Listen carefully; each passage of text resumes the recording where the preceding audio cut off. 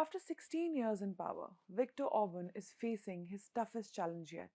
The April 12 elections will determine if Orban can hang on to power or if Hungary will undergo a political change.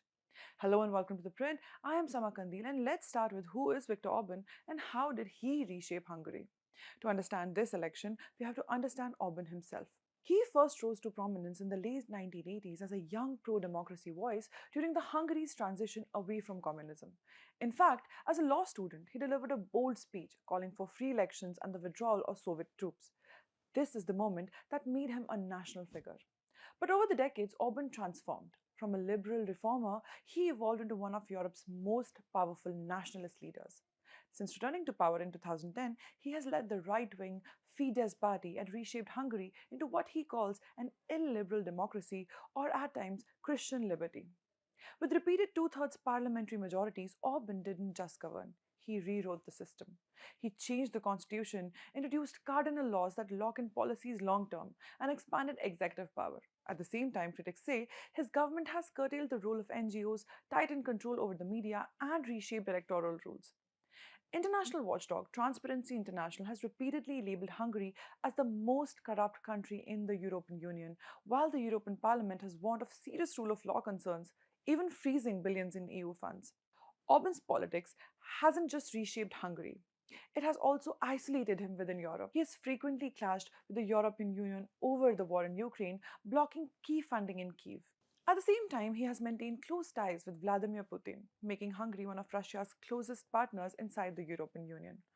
Poland's Prime Minister Donald Tusk said Orban had effectively left Europe long ago. And yet, Orban has powerful allies. He has been endorsed by Donald Trump, while US Vice President J.D. Vance recently urged Hungarians to support him. So why is this election different? Orban has won 4 consecutive elections since 2010, often with sweeping supermajorities. But this time, the race is tight. Opinion polls show Péter Magyar and his TZA party leading among decided voters. Some surveys show him leading as much as 56% to 37%. Even broader polling shows a consistent edge for the opposition, though 20 to 26% of voters remain undecided, making the outcome uncertain. What changed?